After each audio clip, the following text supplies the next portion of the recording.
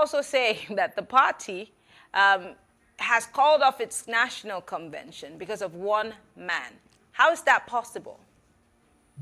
No, what I'm saying basically is that the APC more or less has agreed, that the presidential candidate should emerge from the South. If you look at all the people contesting for the chairmanship, they are all from the North. So it's clear what they are trying to do.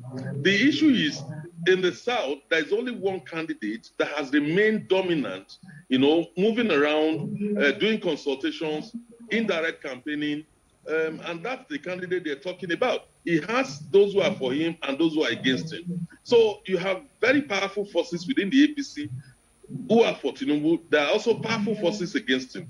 So this maneuvering by postponing the convention, in my view, is with a view to see whether they can produce an alternative candidate that could upstage Tinubu if they cannot get away with consensus. Don't forget the issue of consensus has its own drawback. All aspirants must agree, to a consensus arrangement, and that's what the law says. And I suspect that's part of the reason why the new electoral act has not been signed. Let's look at other candidates within the party and see, their structure, their spread. I mean, so far within the APC, the Ebonyi State governor has declared his interest. Odjuz Okalu has also thrown his hat into the ring. More very powerful candidates, across possible candidates across the whole of the South. The problem is nobody is presently campaigning the way Tinubu is doing it.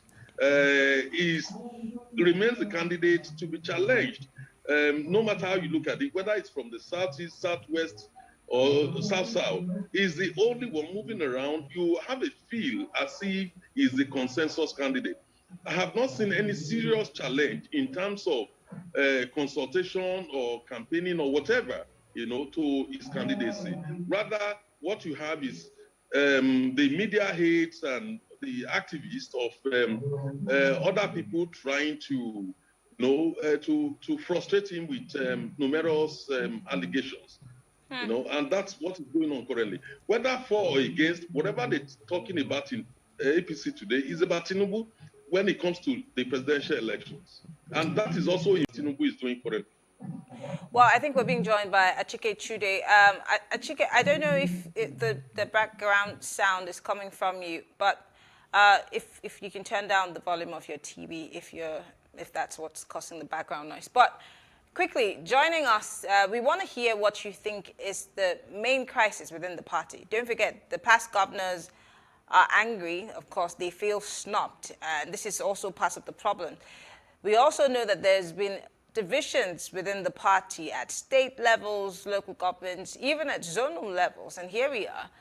After all of the whispering, the pushing, the shoving, the speculations, the party has moved finally to say we're pushing the convention to March 26, even though we're going to at least have a zonal convention in between. But what do you think is underneath all of this? Politics is underneath what is going on. These are politicians, and this is the period for politics. And so because there is heightened expectation, heightened ambitions, and for them the stakes are very high, don't forget that most of these people do not do any other thing outside of politics. They are like fish out of water. Out of water, of course, the fish will die. So a lot of them see politics as a purely business and not service. That is why the country is the way it is. In a period of heightened expectations, you have all kinds of political moves and political maneuvering, and and of course, but again, there is a background to it. There's a context, and that is the fact that APC has never really been a political party. It has been a conglomeration of all kinds of people that do not have any serious pro-people ideological agenda. And so it is not for nothing that the president at the time warned about the possibility of the PDP upsetting the APC in an election if they do not get their acts right. Obviously, the APC is a house divided against itself. And that is not to say that the PDP has not got issues. But, the issues of the PDP pale into insignificance relatively when you are talking about what is going on in the APC. APC, in a way, has become like the Fuji house of commotion. And don't forget that shortly after they came to power, one of the first things that happened, one of the major outings of the APC ended in chaos and disorder. And that was the issue of the presidency of the Senate. Yeah, and so we have seen all of these crises one after the other. Look at the last state congresses, how it ended up. So this is exactly what is leading to what is going on. First of all, there is no consensus, there is no unity, about what to do with the party. There is no cementing ideological compass that binds membership of the party together. So there is no ethics or ethos, that wills the party together. So it is every man for himself. Whatever you can grab, you grab it as much as possible. And then you have a little bit of, a semblance of a party. But obviously the party is not united. And that is why everything that we're seeing we're seeing today, of course, it's all about 2023, who becomes the president of this country. But Mr. Chude, do you not think that at some point, or maybe the crack within the APC, let's ignore the Senate leadership imbroglio, but the crack within the party started when the Buni-led committee got into office. Don't you think that this is when everything went bust? The party, the crack has always been there. Don't forget that immediately Oyegun led the APC to victory, in 2015. He began to have issues. And it was these issues eventually that led to his ouster. Of course, there are political differences. You had, state, congresses that whose outcome did not exactly place some party bigwigs. So there was a build-up of crisis and momentum that led to the ouster of Chief Oyegun, and then Adams Oshomole came in. And after some time, again, it became a game of musical chairs. Adams Oshomole was also removed. So you have, even when you have, a chairman of the party that were duly, elected as the leaders of the party, that state did not help. So it also did not help that, Buni was a chairman of necessity. And it was all about the political maneuvering that led to the removal of Adams Oshomole that eventually led to the loss of Edo State by the APC in the governorship election. So this is what has been happening. And of course, obviously, from the moment Buni came in, there were people who were on his side. He had the blessings of the president, but obviously there are also people who were really opposed to him. And so this is what we see playing out. The suspension, for instance, the postponement of the convention indefinitely, and then a few hours later, it was fixed for March 26, is clearly an indication of a chairman that is exactly not in control of the navigation of the APC ship. But again, I'm sorry. As much as we would want to look at Governor Melai Buni, I beg your pardon, as someone who should be in control of the party, we also see that the party does have a lot of strongmen, just as Mr. Showumi has been saying. He feels that at the bottom of this, is the fight for supremacy, and of course, some people trying to dodge the leader of the party emerging as the final flag bearer of the party. So can you say that Buni is a strong man or someone who can really steer the ship when there are many other demigods within the party? Well, the crisis that has bedeviled the APC, even under his chairmanship, his leadership, is an indication that he has not exactly been able to steady the ship of state. Don't forget that there have been all kinds of reconciliation committees that were set up in the past by the APC.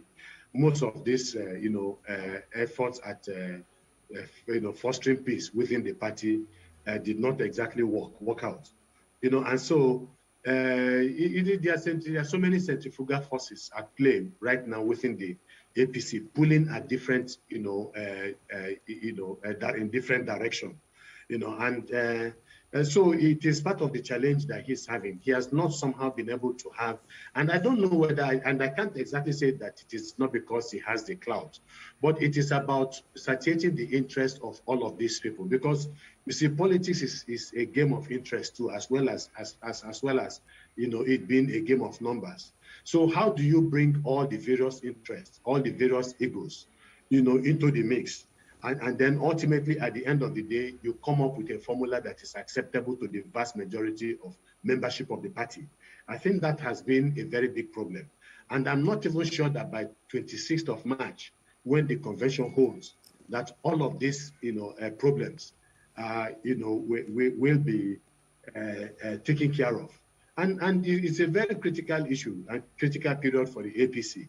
People do not, But you can also say that most of, I mean, as much as the PDP did well, most of their governors have also defected back to the APC. So did they really do well? Maybe those people just wanted to win elections on the platform of the PDP. Well, again, it's also part of the politics of 2023. The governors who defected, we know, did not defect on the basis of any ideology. They don't believe in ideology. And that's why they find comfort with each other. You displease somebody at the PDP, goes to APC, displease him, it goes back to the PDP. And so it's a game of musical chairs, And so it was based on the tentative promise that some of these governors... Mr. Showmi, within the APC, seeing what's happened in Ekiti State, seeing what's happened in Osun State, what's going to give in order to deal with the governors, whether they be the class of 1999 or the present governors?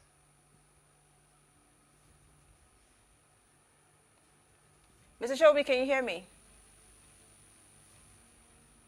Oh, I think you're muted.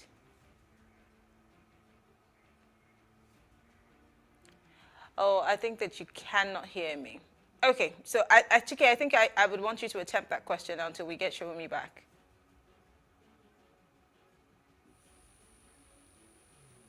Mr. Chude, can you hear me?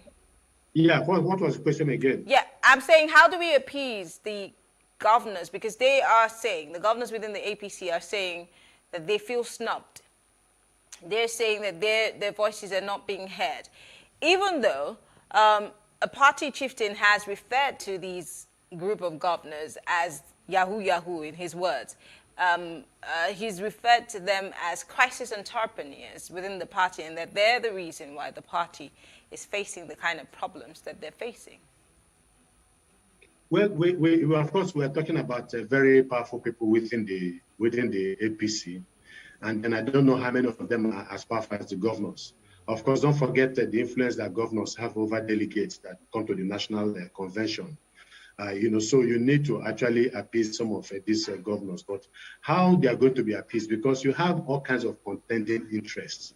So and the danger of appeasing a particular governor is that in trying to assuage him and appease him on the basis of satiating his interest, you end up displeasing some other people. So obviously there has to be a way to bring all of them to the negotiating table, all of them with disparate interests and disparate views, and then get to hear from them, and then also emphasize the fact that the president has emphasized some months back, that if they do not get their house in order, they are going to suffer very huge losses during the election. Perhaps it might be the fear of these losses, which would also affect their fortune, that might get them to try to be reasonable and to try to work within the structure of the party, within the guidelines of the party. Obviously, they are going to put their cards on the table. They have to be able to express themselves and tell whoever is in charge what exactly their problem is. And then on the basis of that, you look at the aggregation of the different interests of all the contending governors, and then look for bottom lines, or minimum, level of trying to satiate every single one. Not all of them is going to have. It's about negotiation. And the negotiation, you don't come, with the desire or with the mindset of win-win, of taking everything. But it is all about all of us winning and then all of us losing if we have to. So they must be able to give in order to get. That is the essence of a negotiation. And I think that that's right now, that this is what the party needs. And then maybe ultimately at the end of the day, be able to come up with a consensus. But again, even beyond that is the fact, I would agree in your discussion with Shomi, there are certain contending forces in this country that do not want certain politicians to emerge as president. They do not want, politicians that are strong, that have strong will, that have character. I'm not talking about their moral disposition, because I don't exactly know, what the ethical or moral foundation of most of these politicians are. A lot of them, are mercenaries. You just said that somebody, a chieftain of the party, accused them of being Yahoo governors, and some of the governors, even some of the godfathers of these political parties also could be described as Yahoo. Otherwise, the country will not be where it is. So what people have been doing all this while is to get access to political power. And the basis of that, of their access to power, to be able to loot the treasury of their states and the treasury of the federal government. That is the primary motivation of a lot of these politicians that even want to run for the presidency of this country. And if you look back at the performances of some of these governors, if we had an enduring democracy, if we had, enduring democracy with proper democratic institutions, and proper anti-corruption watchdogs, a lot of the people that are contesting or that want to contest, that are aspiring for the presidency of this country will be in jail, will be jailbirds at this particular point in time. So it says a lot about the nature and character of the Nigerian state, that all manners of people who have looted, the treasures of their state and subverted, the institutions of their state across the entire country are today also justly to be able to have the opportunity to do the same thing at the federal level of the Nigerian situation.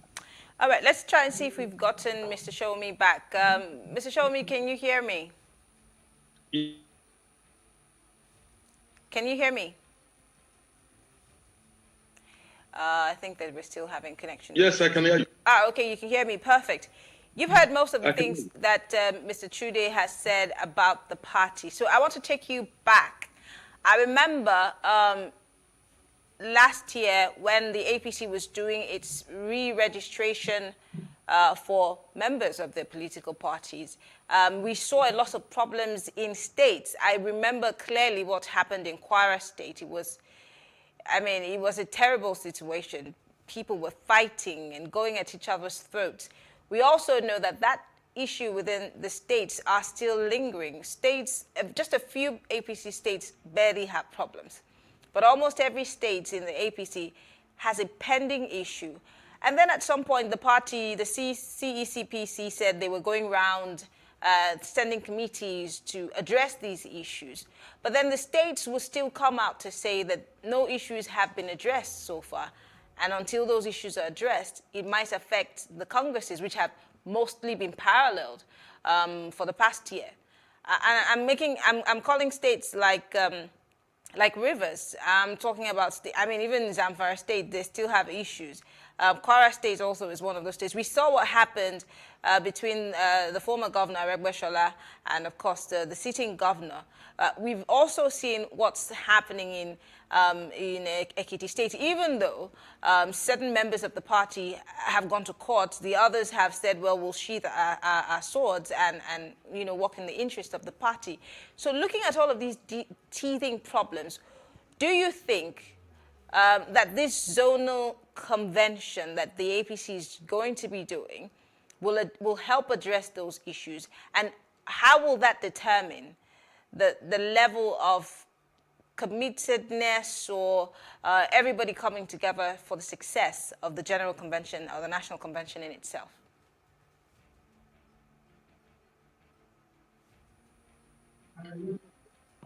Hello? Yeah, I can hear you. Hello?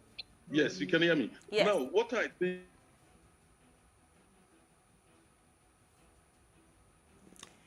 Mr. Shomi, can you hear me? This. What is being done, and even attention, there are deep-seated issues between sitting governors and past governors. except in the case of Zamfara and River State. Those are two exceptions where they are not between the governor, the sitting governor, and the past governor. But in the case of other states, this will continue, and you are likely going to see a realliance between political forces in the state, either between the two political parties. You are likely going to have some in APC who are dissatisfied on stage currently. That's why we're looking at it. PDP is also in a very precarious situation when it comes to the issue of presidential candidate. But whether... All right. Thank you. All right, we'll take a short break, and when we come back, we will be looking at the issue of the Electoral Act bill yet again, because the presidency is telling those mounting pressure on the president to sign the Electoral Act amendment bill that the right thing will be done within the lawful time. Stay tuned. We'll come back and talk.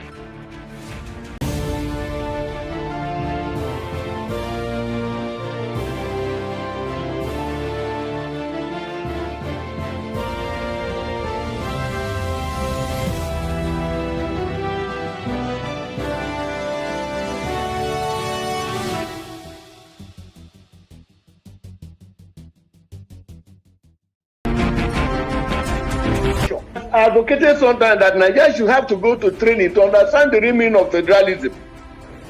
You know, we are not practicing federalism. This is a unitary system of government. So, for example, we mentioned the Ebubag why that they are not being able to roll out the Ebubag. The point that some governors are not yet convinced that because of the structure, governance structure, some of this will make it difficult.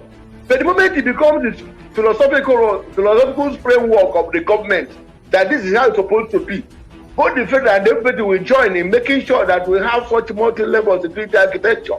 What they are saying. So the point that you are having, it's telling here, there and there, because the federal government has not yet convinced on the way to go. On the other hand, they have poor understanding of what you mean by federalism. The only federalism, only in Nigeria you find this kind of lopsided federalism, or what they call unitary federalism. It's not how to practice federalism. There's no part of the world that you find federalism like this. So it's a matter of willpower to take the right decision for the right to achieve the right result. So it is better late than never that the governor has come to see that look, if we keep quiet and we keep waiting for this federal government, we will die. Our people will keep dying. And the problem now is that not even the economic sabotage that is involved. The health hazard we are suffering. Young babies born are suffering it. Pregnant women are suffering it. Strangers who visitors are suffering it. We will live here are suffering it. You wash your white clothes. I like putting on white clothes. You wash your white clothes, you spray them, you wake up, it turns to black. You go and take your bath in the morning to go to work in your clean bedroom. The next thing you find out everywhere is dark. In fact, it is something we cannot take. So we now have to take our destiny in our hand. Only one party in this entire country, out of all the parties that exist, PDP has rotation as a requirement. PDP. Not any other party. When we say competence should be prioritized, it includes everybody who has come out to save their community, including people from the South. It's quite possible that the most competent Nigerian out of all the lot who is asking to be trusted with power will come from the South. The North, we can vote for a Southerner. We are not saying absolutely only a Northerner is competent enough to be president. We are saying prioritize competence.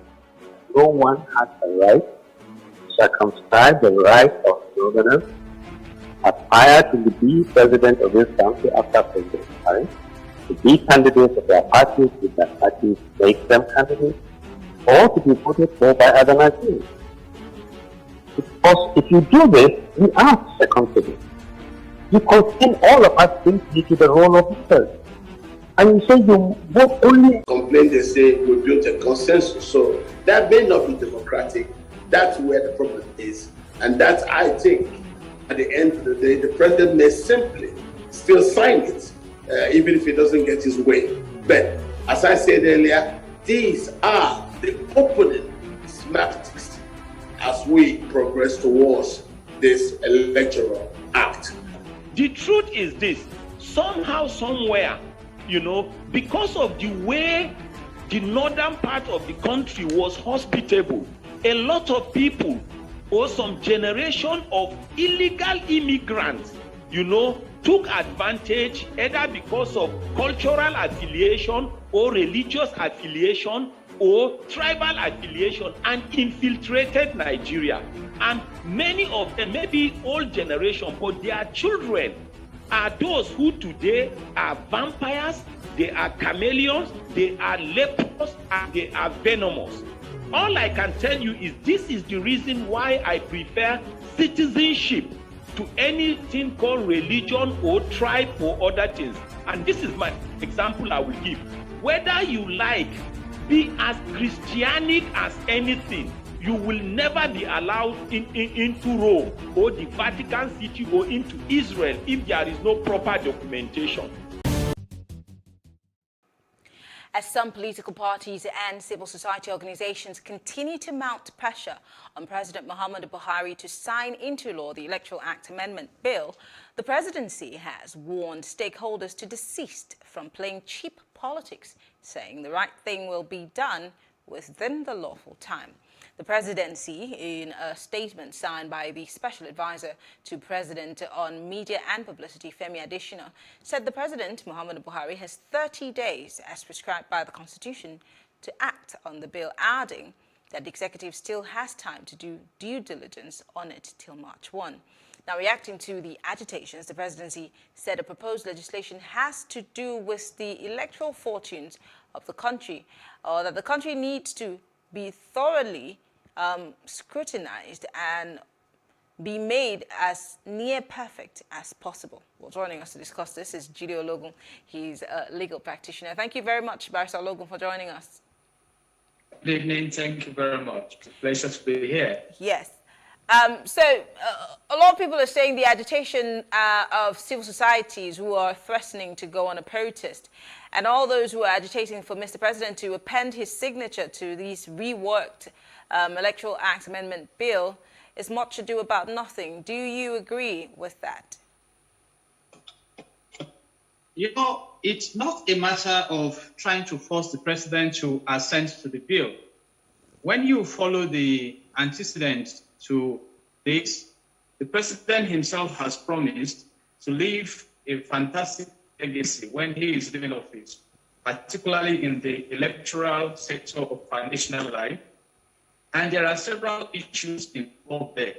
And recall that in 2018, towards the 2019 election, President Muhammadu Buhari rejected the proposed amendments to the Electoral Act, 4 times, and he gave excuses then, ranging from irregularities, drafting issues, sequence of elections, the phrasing of words in parts of the clauses. And then eventually the 2019 election held without the amendment of the Electoral Act 2010.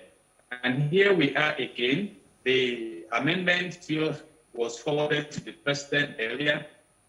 And on the last day, because he is expected to assent to it within 30 days, he sent it back to the National Assembly, complaining in particular about the recommendation of direct primary as the only option to prompt flag bearers for parties.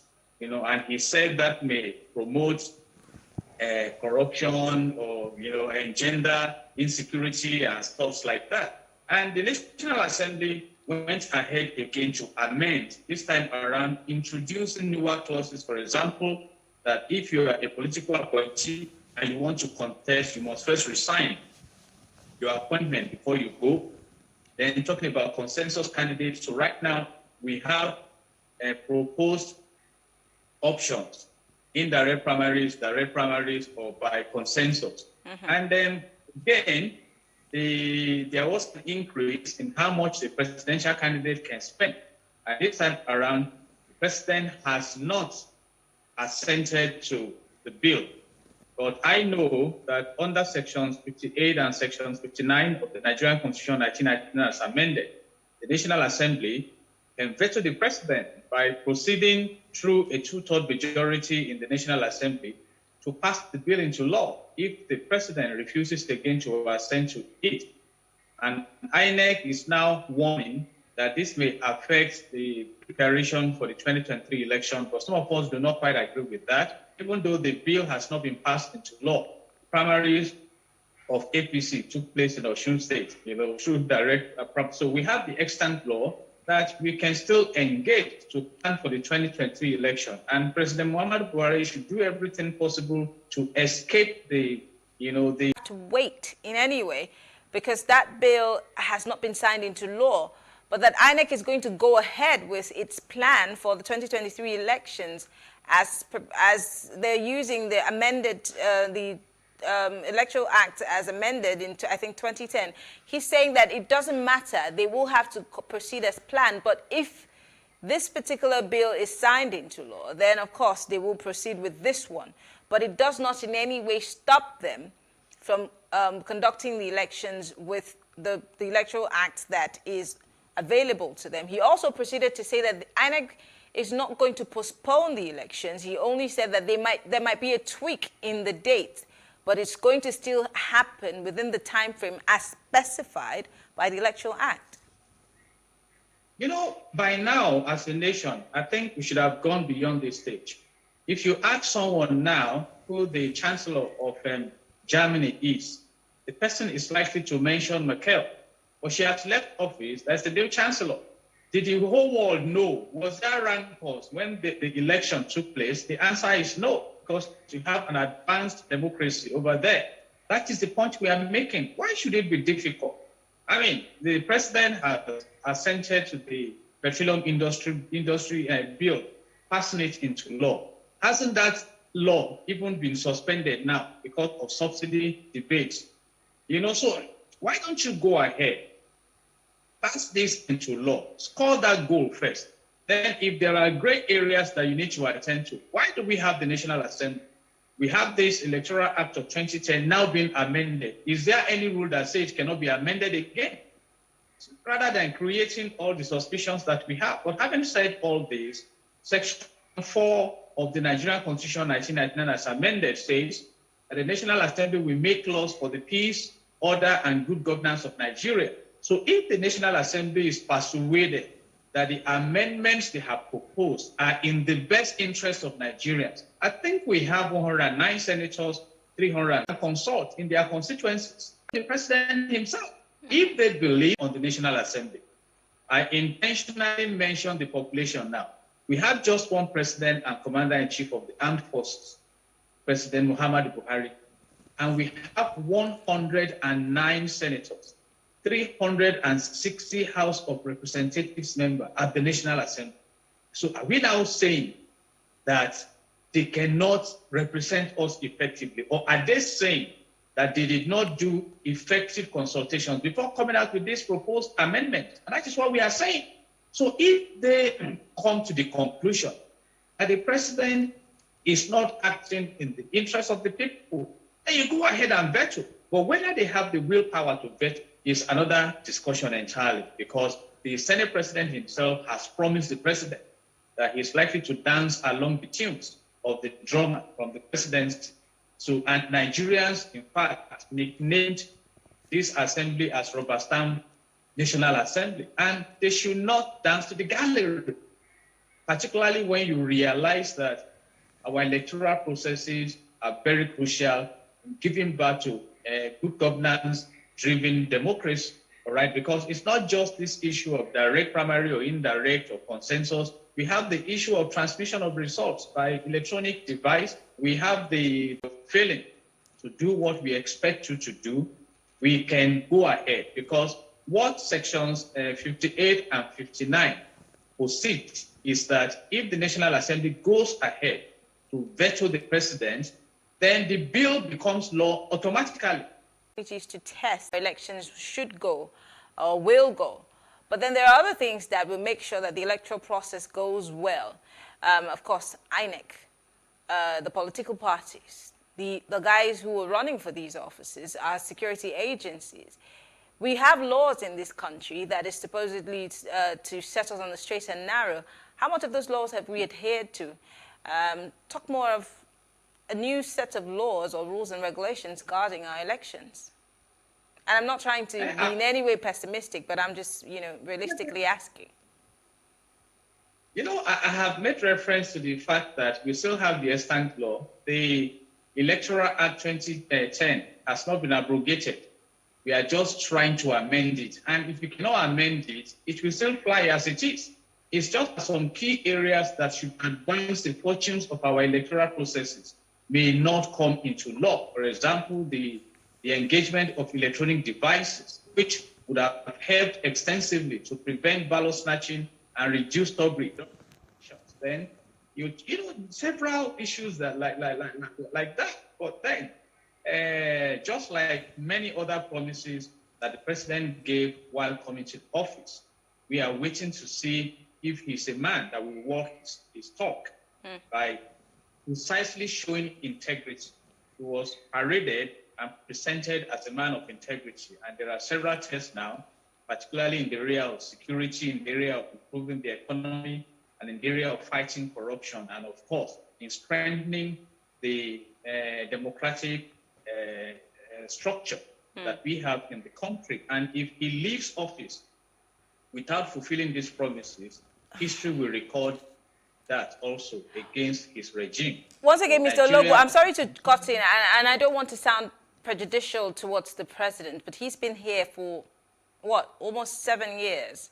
So is anything going to change in less than a year? Or, I mean, he's been here 7 years. What has changed? What will change before Mr. President leaves? I mean, is there going to be a stroke of a miracle? Is something going to happen for the president to change? Because if like you... History, like he himself has stated at some point, why not to test a wise man, and was holding a butterfly and asked the man, please tell me, sir, is this butterfly in my hand, is he alive?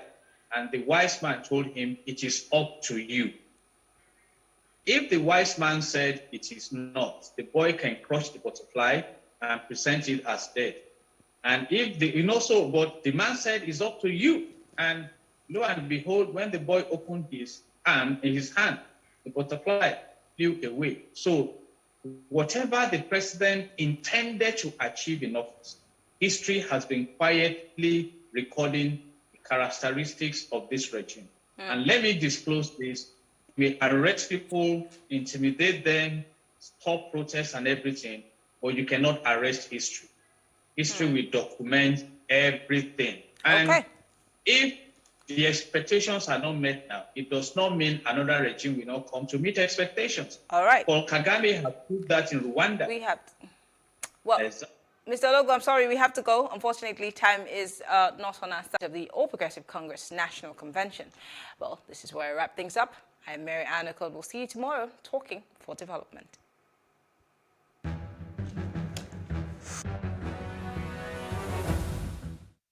It makes no difference as long as I'm concerned. My thoughts towards them moving the dates from 1 month to the other, it makes no difference.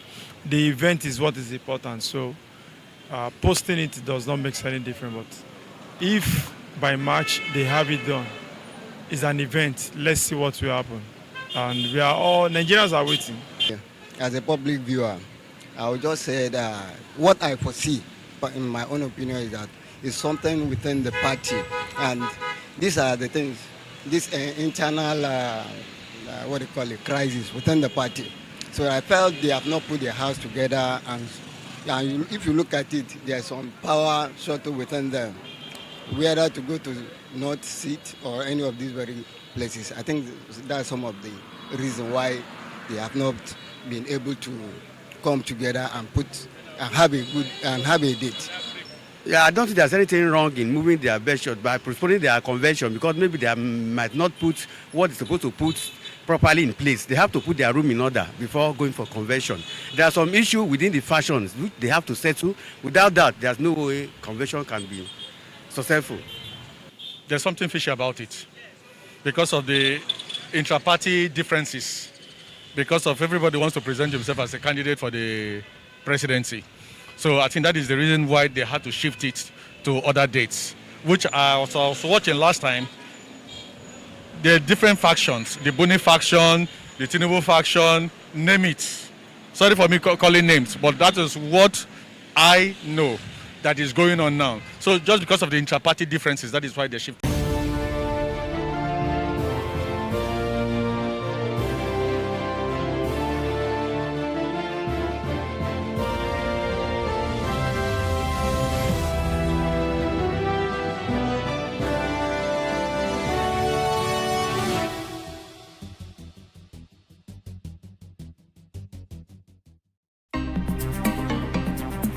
Life can be fun and rewarding, but it also comes with some risk.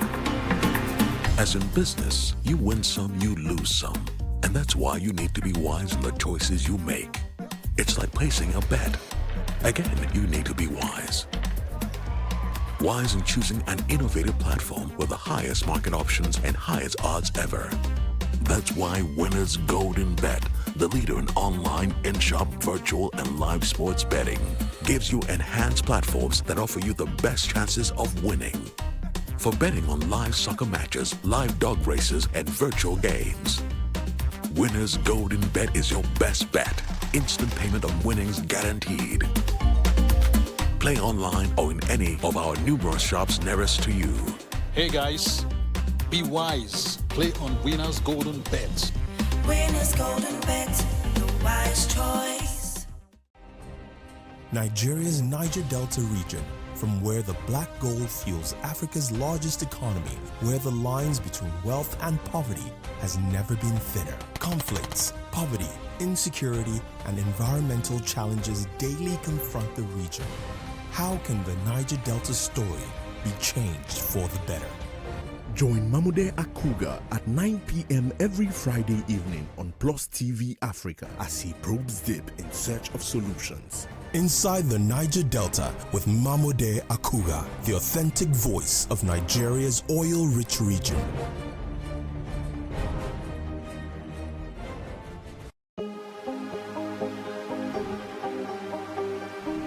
This is it for upcoming artists to blow in Nigeria.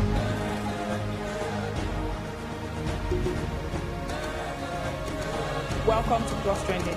I am Booking November, your host, saying thank you for joining us on today's episode. Welcome back. It's tea time on PlusTvAfrica. Practice makes perfect. I'm not perfect yet, but I'm a lot better than I used to be. He's a king. He's entitled to marry 100 if he wants to.